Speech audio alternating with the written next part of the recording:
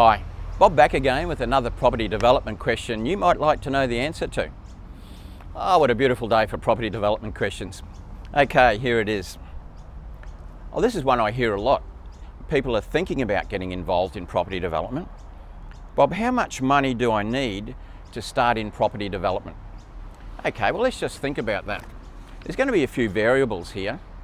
First of all, it's going to depend on the size of your first project. So it's not rocket science to say that the smaller the project, the less money you'll need. It'll also matter where you're doing it.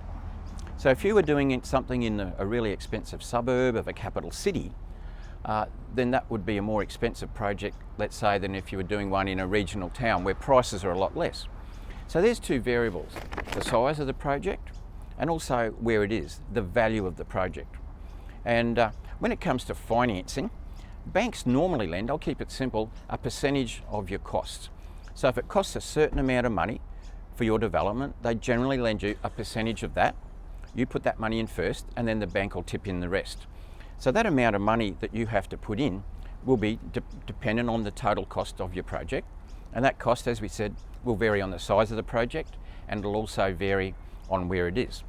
In terms of the size of the project, to me, the smallest development project you'll do would be, let's say, a 2-lot subdivision. It's when we start off with one block of land, cut it into two.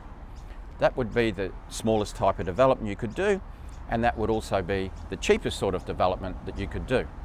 And once again, it's back to the pricing in the area where you do it. The other thing I'll say is that you don't always have to use your own money.